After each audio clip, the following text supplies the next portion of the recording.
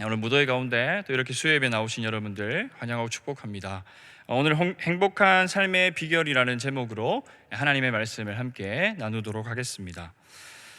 먼저 질문 한 가지 드리겠습니다. 여러분 행복하십니까? 네. 다시 질문하겠습니다. 행복하기 원하십니까? 네. 사람은 누구나 행복하기를 원하죠. 여기 있는 어느 누구도 나는 불행했으면 좋겠다라고 생각하는 사람은 없을 것입니다. 누구나 행복을 추구하며 우리가 살아가고 있죠. 여러분 뭐 하시면 행복하십니까? 다양하죠, 그죠? 작은 것에서부터 큰 것까지 우리는 행복을 추구하면서 누리면서 살아간다라고 이야기할 수 있겠습니다. 어떤 사람은 행복의 수단으로 물질로 삼죠. 그래서 물질이 많으면 나는 행복한 사람이다 그렇게 생각합니다. 그래서 물질을 많이 채우기 위해서 자신의 시간과 자신의 노력을 계속해서 거기에 쏟죠. 그에 반해서 물질이 적으면 나는 불행한 사람이다 그렇게 여기기도 합니다. 또 어떤 사람은 행복의 수단으로 타인과의 관계를 이렇게 선택하죠. 관계 속에서 행복을 누리면서 이렇게 살아가기도 합니다. 또 어떤 사람은 다양한 여가 활동들을 통해서 행복을 누리기도 하죠. 제가 아는 어떤 분은 마라톤을 하면서 행복함을 누리고 있습니다. 여러분 제가 아는 분이 여러분도 잘 아시는 분입니다. 지금 대구 중원교회 가셔서 설교하시는 우리 담임 목사님, 금요일 오후 2시 20분 돼서 뛰면 엄청나게 행복하시죠. 근데 요즘 한 달 동안 거의 못 뛰었습니다. 거기서 이제 마라톤을 하시면서 담임 목사님은 행복을 누리시죠. 같이 뛰는 저희는 어떻겠습니까? 뭐 대답은 하지 않겠습니다. 네, 이처럼 사람은 누구나 다양한 행복의 요소를 삼고 행복하기를 원합니다. 하지만 앞에서 이야기한 것이 정말 이것만이 우리에게 행복을 가져다 주는 것인지는 한번 생각해 보아야 합니다. 우리가 행복으로 삼는 요인은 금방 변하죠. 이것이 바뀌면 우리는 불행해지기 마련입니다. 그렇기 때문에 우리가 늘 변하는 것을 행복으로 삼으면 행복할 수 없는 것이죠. 그렇다면 우리는 무엇을 행복의 요인으로 삼아야 하겠습니까? 무엇이 우리를 더욱더 행복한 삶으로 오늘 이끌어 줄 수 있겠습니까? 오늘 말씀을 통해서 이 행복의 비결을 발견하는 저와 여러분 되시기를 간절히 소망합니다. 오늘 우리가 읽은 본문에 보시면 하나님께서 우리에게 요구하시는 것이 있다라고 그렇게 기록합니다. 13절 보실까요?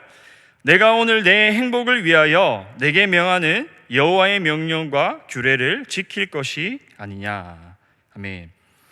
여러분 하나님이 우리의 행복을 위해서 요구하시는 명령과 규례, 바로 율법을 의미합니다.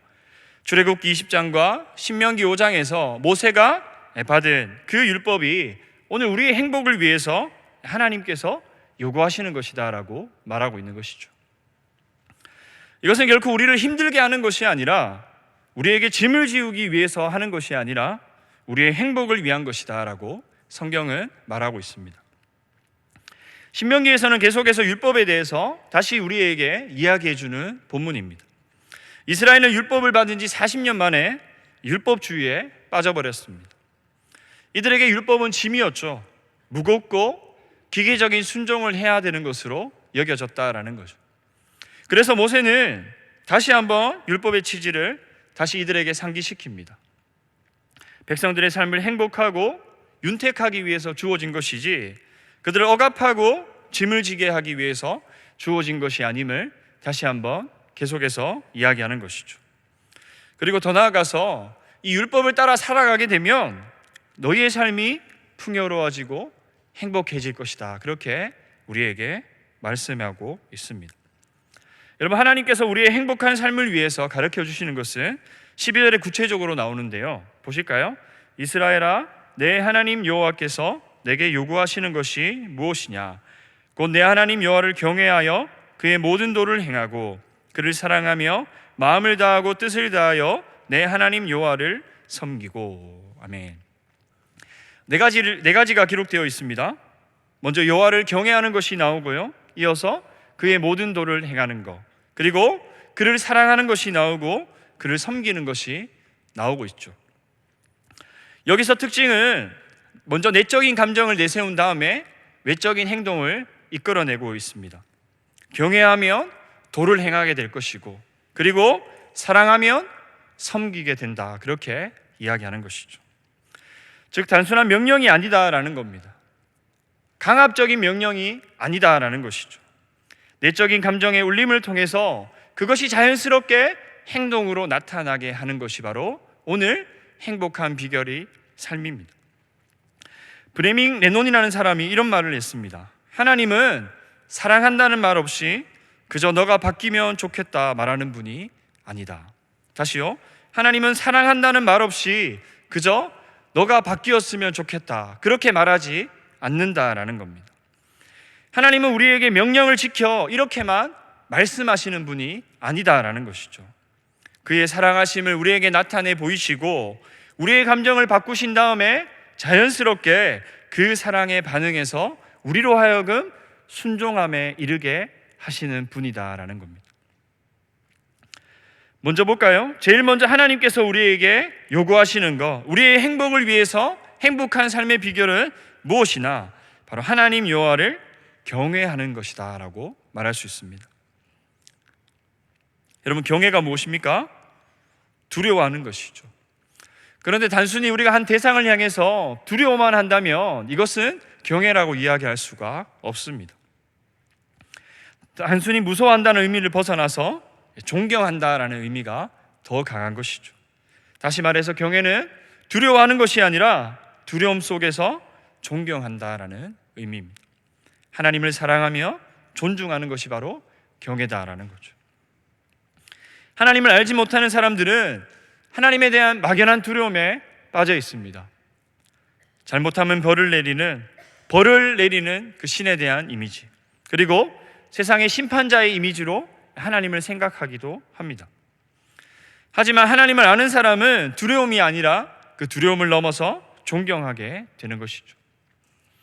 그분이 우리를 어떻게 사랑하시고 그분이 우리를 위해서 무엇을 내어주셨는지 그것을 깨닫고 그분이 하신 일들을 통해서 그분을 우리가 존경하면서 나아가게 되는 것이죠. 그래서 흔히 경외는 무엇이라고 이야기합니까? 거룩한 두려움이다, 그렇게 이야기합니다. 하나님 앞에서 사람이 마땅히 가져야 될 태도이죠. 왜 사람이 하나님을 경외해야 되겠습니까? 제일 먼저는 하나님과 사람의 다름 때문이죠. 다시 말해 하나님의 그 높으심과 사람의 미약함의 차이입니다. 14절 보실까요? 하나님 어떻게 소개하고 있습니까? 하늘과 모든 하늘의 하늘과 땅과 그 위의 만물은 본래 내 하나님 여호와께 속한 것이로되. 아멘. 하나님을 이 세상의 창조주로 표현하고 있다라는 것이죠. 하늘과 모든 하늘들의 하늘, 그때 당시 표현할 수 있는 가장 최고의 그 표현을 사용해서 지금 하나님의 그 높으심을 강조하고 있는 것입니다. 이것은 우리의 눈에 보이는 하늘을 넘어서 우주 또한 하나님께 속해 있다라고 말하는 거죠. 다시 말해서 이 세상에 하나님과 상관없는 것은 아무것도 없다라는 거죠. 이 세상이 모든 하나님의 작품이다. 하나님은 창조주가 되심을 계속해서 이야기하는 겁니다. 여러분, 이 모든 것 사람도 예외가 아니죠. 사람은 누구입니까? 하나님의 피조물입니다. 여기서 바로 하나님과 사람의 차이가 나오는 것이죠. 하나님은 창조주가 되시고 사람은 하나님이 만드신 피조물이다라는 것이죠. 극과 극의 차이입니다. 그분은 우리와 다르죠.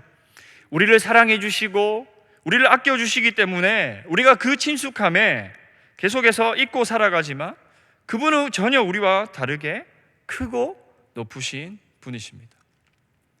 하나님을 창조주가 되시고 우리가 피조물이라는 것을 우리는 늘 기억하면서 살아야 하는 것이죠. 17절 보실까요? 이렇게 말합니다.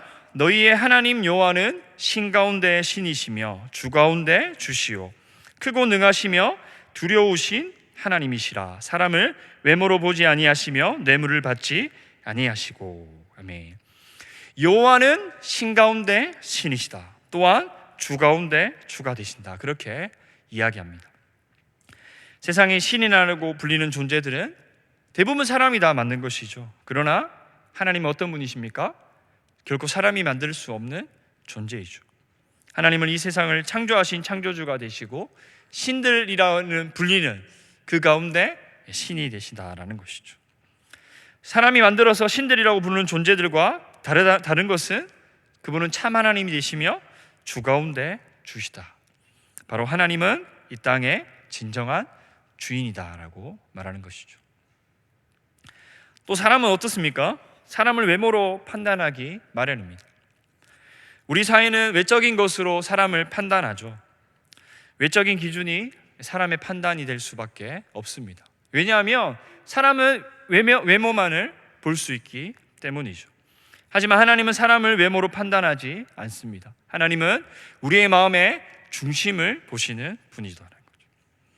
사람은 사람의 내면을 볼 수 없어서 외적으로밖에 판단할 수밖에 없지만 하나님은 사람의 중심을 보실 수 있다. 이것이 바로 사람과 하나님의 또 차이다라는 거죠. 여러분, 하나님께서 사람의 중심을 보신다라는 것은 참으로 무서운 말이기도 합니다. 외모로 판단하지 않고 중심을 보시는 하나님 앞에 오늘 우리의 중심은 어떤지를 우리는 돌아봐야 되는 것이죠. 외적인 행위에만, 우리가 외적인 것에만 더욱더 우리를 가꾸려고 하고 있지는 않는지, 오늘 우리의 내면은 어떠한지 우리는 날마다 하나님 앞에 점검받아야 하는 것이죠. 예배를 드릴 때도, 우리의 삶의 현장에서도 우리는 우리의 중심을 보시는 하나님께, 그 하나님을 기준으로 하나님 앞에서 살아가야 되는 것이죠. 사람은 외모만을 볼 수밖에 없기에 우리는 사람을 속일 수 있지만 하나님은 중심을 보신다. 하나님 앞에서는 모든 것이 숨길 수 없다라는 것을 우리는 늘 기억하며 살아야 되는 것이죠. 정리하자면, 여러분, 하나님은 이 세상의 창조주가 되시고 이 세상의 주인 되십니다. 다른 어떤 것보다 높으신 분이 바로 우리가 믿고 있는 하나님이다라는 거죠. 이런 하나님이 사람을 창조하셨습니다. 그리고 사람은 외적인 것을 밖에 볼 수 없지만 하나님은 우리의 중심을 보시는 분이죠. 그렇기 때문에 우리는 마땅히 그분을 경외하며 나아가야 됩니다. 두려워만 하는 것이 아니라 놀라우신 그 하나님을 두려워하면서, 놀라우신 그분의 일하심을 보면서 우리는 하나님을 존경해야 되죠. 이것이 우리의 행복을 위해서 하나님께서 오늘 말씀하시는 바로 첫 번째 비결입니다. 여러분, 두 번째 하나님께서 우리의 행복을 위해서 요구하시는 것은 그의 모든 도를 행하는 것입니다. 12절에 동일합니다. 우리가 하나님의 말씀을 통해서 하나님을 알아가고 그를 경험하게 되면 우리가 경외심이 생기는 것은 당연합니다. 그리고 이러한 경외심은 하나님께서 명령하신 명령들을 통해서 우리가 드러나게 되는 것이죠. 정말 우리가 존경하는 분의 명령이라면, 우리가 정말 그분을 사랑한다면, 그것이 우리의 행복을 위한 것이라면 자연스럽게 순종함으로 나아갈 수 있는 것이죠. 모든 도는 바로 그의 모든 길이다라고 말할 수 있습니다. 바로 하나님께서 우리에게 가르쳐 주신 길은 13절에 나오는 바로 명령과 규례, 아까도 앞에서 이야기했듯이 바로 율법이죠. 더 나아가서 성경 전체를 통해서 가르쳐 주시는, 하나님이 요구하시는 방식대로 살아가는 것이 바로 그의 모든 도를 행하는 것입니다. 유익을 위해서 추구하면서 나 자신만을 살아가는 것이 아니죠. 하나님을 사랑하면서, 이웃을 사랑하면서 하나님의 영광을 드러내면서 살아가는 삶이다라고 이야기할 수 있습니다. 여러분, 율법의 두 가지 중요한 축이 무엇입니까? 하나님 사랑과 이웃 사랑이죠. 마태복음 22장에 보시면 바리새인이 예수님을 시험하고자 해서 한 질문을 하죠. 예수님, 율법 중에서 어느 계명이 제일 큽니까? 그때 예수님은 그렇게 말씀하십니다. 너는 마음을 다하고 뜻을 다하여 힘을 다하여 내 하나님 여호와를 사랑하라. 그런 다음에 이어서 말씀하시죠. 내 이웃을 내 자신과 같이 사랑하라. 그렇게 말씀합니다. 이처럼 우리는 하나님을 사랑하면서 동시에 이웃을 사랑해야 되죠. 여러분, 18절과 19절에 하나님이 요구하시는 방식, 그의 모든 도가 구체적으로 나타내고 있는데요. 그걸 볼까요? 우리 18절 19절 한번 같이 한번 읽어보도록 하겠습니다. 시작. 고아와 가부를 위하여 정의를 행하시며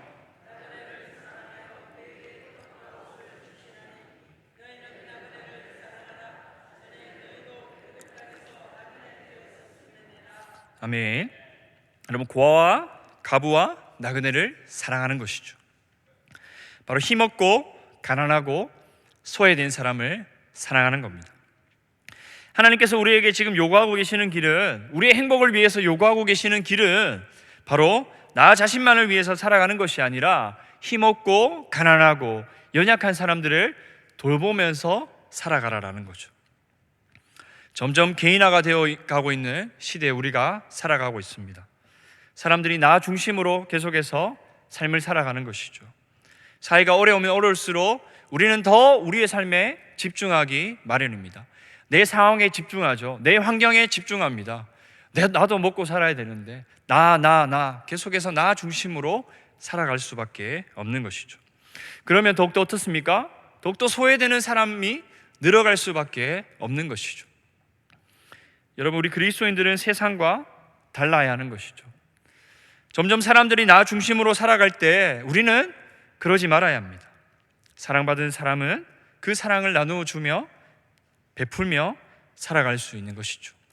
우리가 받은 것처럼 삶으로 살아야 하는 것이죠. 왜 이렇게 하나님께서 오늘 고아와 과부와 나그네를 사랑하라 그렇게 요구하고 계실까요? 이웃을 사랑하는 것이 하나님 사랑과 연결되기 때문입니다. 내가 오늘 하나님을 사랑합니다 그렇게 고백하면서 우리 주변에 있는 이웃을 사랑하지 않는다면 그것은 하나님을 사랑함이 아니다라는 거죠. 우리 그리스도인들은 나 중심으로 결코 살아갈 수 없습니다. 내가 오늘도 하나님의 사랑을 안에 거하고 내가 하나님을 사랑한다 고백한다면 우리는 결코 그럴 수 없는 것이죠. 그분을 사랑한다면 동시에 내 주변을 돌아보면서 살아가야 합니다. 그리고 두 번째 보실까요? 19절 후반절에 이렇게 고백합니다. 너희도 애굽 땅에서 나그네 되었음이니라. 이스라엘 백성에게 예전에 너희 처지를 한번 생각해 보라라는 거죠. 그리고 그런 처지에서 하나님이 너희에게 어떻게 행하셨는지, 어떠한 사랑으로 너희를 이끌어내셨는지를 기억하라라는 겁니다. 그들은 애굽의 노예였습니다. 자유가 없는 삶이었죠. 하지만 하나님은 하나님의 은혜로 고통 가운데 있는 그들을 구원해 내셨습니다. 우리가 계속해서 출애굽기를 살펴보면서 하나님께서 이스라엘 백성들에게 일하신 것들을 우리가 살펴보았죠. 은혜로 구원받은 삶이니 똑같이 은혜로 사람들을 대하라는 겁니다. 거저 받았으니 너희도 거저 주어라 그렇게 말하고 있는 것이죠. 우리에게도 마찬가지입니다.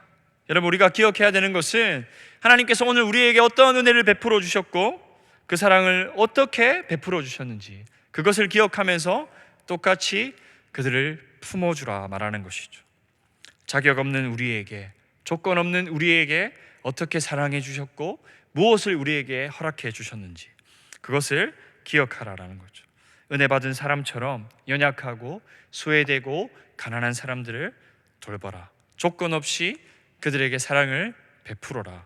그것이 바로 우리에게 주시는 두 번째 비결입니다. 세 번째는요, 하나님을 사랑하고 마음과 뜻을 다해 섬기는 것이죠. 15절 보십시오. 여호와께서 오직 내 조상들을 기뻐하시고 그들을 사랑하사 그들의 후손인 너희를 만민 중에서 택하셨음이 오늘과 같으니라. 아멘. 하나님은 이스라엘 백성들을 먼저 택하시고 그들을 사랑하셨습니다. 우리도 마찬가지죠. 하나님께서 먼저 우리를 찾아오셔서 우리를 사랑해 주셨습니다. 신명기 4장 37절에도 이렇게 이야기합니다. 여호와께서 내 조상들을 사랑하신 거로 그 후손인 너를 택하시고 큰 권능으로 친히 인도하여 애굽에서 나오게 하시며, 하나님은 애굽의 종쟁자들을 만민 중에 택하셔서 친히 인도하셔서 그들을 구원하셨다라는 것이죠. 다른 이유가 있어서 택한 것이 아닙니다. 은혜로 말미암아 그냥 택하신 것이죠. 우리에도 마찬가지입니다. 우리에게 무엇인가 있어서 택한 것이 아니라 은혜로 택하여 주셨다라는 것이죠.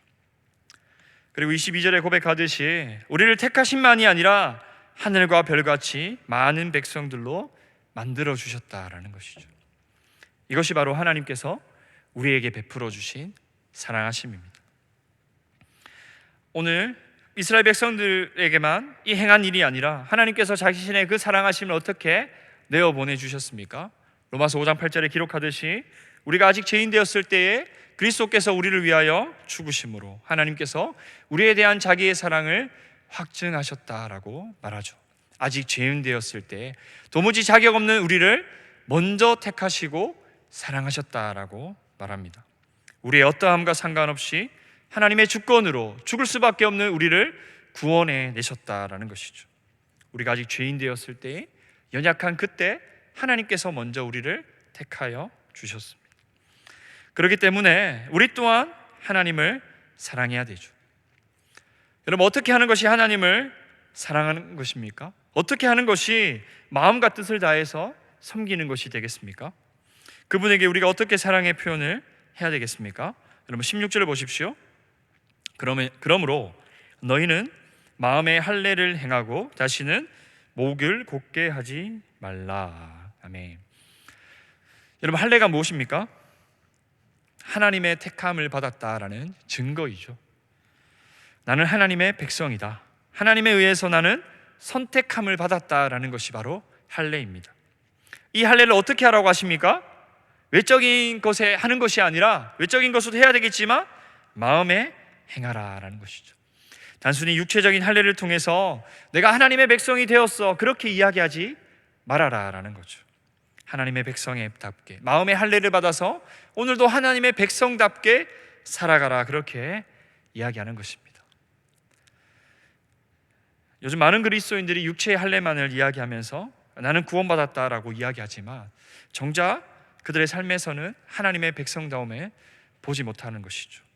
기독교인 하면 어떻습니까? 예전에는 그래도 정직한 사람, 좋은 사람이다라는 인식이 아주 강했습니다. 그러나 요즘 정직은 고사하고요, 참 많은 지탄을 받고 더 이상 신뢰하지 못하는 사람들이 바로 기독교인들이 되어버렸다라는 것이죠. 여러분, 우리는 할례 받았다라고 끝나는 것이 아닙니다. 하나님의 그 택하심이 얼마나 놀라운지를 기억하면서 하나님의 백성답게 살아가야 되는 것이죠. 하나님 앞에서 칭찬받고 사람들에게 칭찬받는, 오늘도 그리스도의 향기를 나타내는 저와 여러분 되시기를 간절히 소망합니다. 여러분, 또한 목을 곧게 하지 말아야 된다라는 것이죠. 이것이 무엇이겠습니까? 거만한 태도와 교만함을 버리고 겸손한 자세로 하나님의 은혜, 하나님께서 우리를 어떻게 사랑하시고 섬겼는지를 기억하라라는 것입니다. 그리고 또한 이런 은혜를 주신 하나님께 순종해야 된다라는 거죠. 이스라엘 백성들 얼마나 하나님 앞에 완고함으로 살았습니까? 계속해서 하나님의 인도하심과 상관없이 늘 불순종하면서 하나님 앞에 상관없이 살았다라는 거죠. 그러한 태도를 버리라라는 겁니다. 우리가 마음의 할례를 행하고 하나님께 겸손함으로 나아가는 것, 그것이 바로 하나님을 사랑하는, 또 마음과 뜻을 다해서 하나님을 섬기는 것이 되는 것이죠. 이것이 바로 우리의 행복을 위해서 하나님께서 세 번째로 이야기해 주신 비결입니다. 여러분, 우리 마지막 20절을 같이 한번 읽어보았으면 좋겠습니다.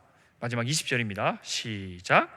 내 하나님 여호와를 경외하며 그를 섬기며 그에게 의지하고 그의 이름으로 맹세하라. 아멘. 그에게 의지하고. 여러분, 마지막으로 우리의 행복을 위해서 요구하시는 것은 날마다 하나님 한 분만을 의지하며 살아가는 삶입니다.